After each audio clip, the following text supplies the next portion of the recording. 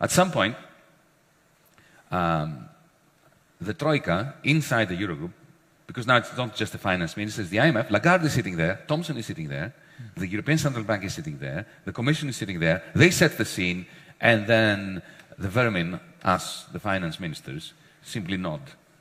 And the happily. The IMF has no reaction to the Eurogroup decisions?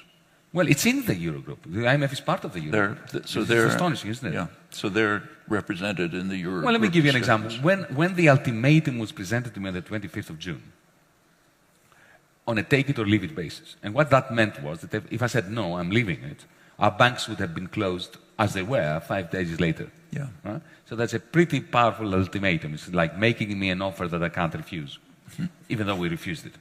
For a while. Until we caved in and then I resigned. But this is interesting.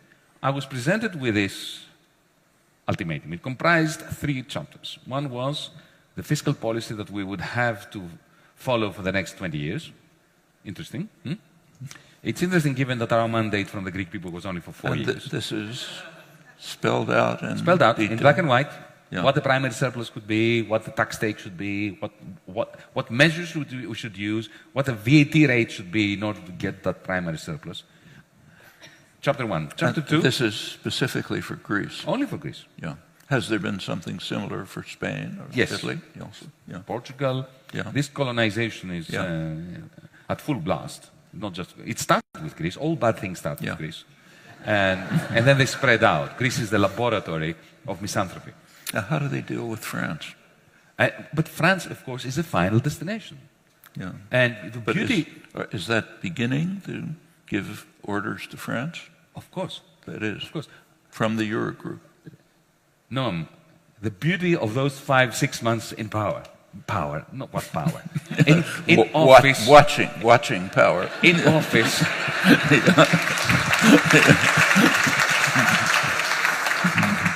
The beauty of it was, we academics, all our lives, we theorize about things. Okay, we try to get evidence, but we theorize. During those 5 months, I didn't have to theorize. And to answer your question about France, at some point I was having I had many interesting conversations with the finance minister of Germany, Dr. Wolfgang Schäuble. At some point, when I showed him this ultimatum, and I said to him, it's a long story, but I'll cut it short. I said to him, would you sign this? Just let's take off our hats as finance ministers for a moment. I've been in politics for 5 months. You've been in politics for 40 years. You keep barking in my ear that I should sign it. Stop telling me what to do. As human beings, you know that my people now are suffering a Great Depression. We have children at school that faint as a result of malnutrition. Can you just do me the favor and advise me on what to do? Don't tell me what to do. As somebody with 40 years, a Europeanist, somebody who comes from a democratic country, just Wolfgang to Yanis, not finance minister to finance minister.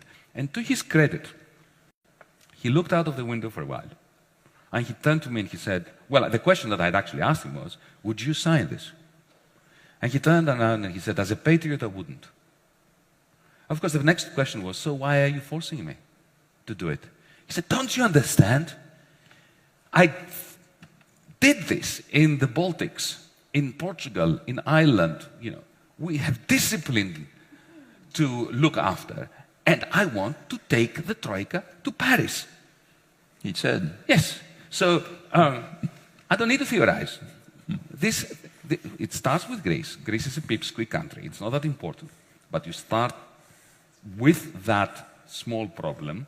You impose these unsustainable loans, which give creditors huge power, and then you start cutting, because the final intention, and I try to explain this in this book, is to curtail the Parisian elite's long-standing ambition to usurp the power of the Deutschmark for the purposes of expanding the French nation-state's reach and control of Europe. Also, I presume, for the Bundesbank to be able to control the French budget.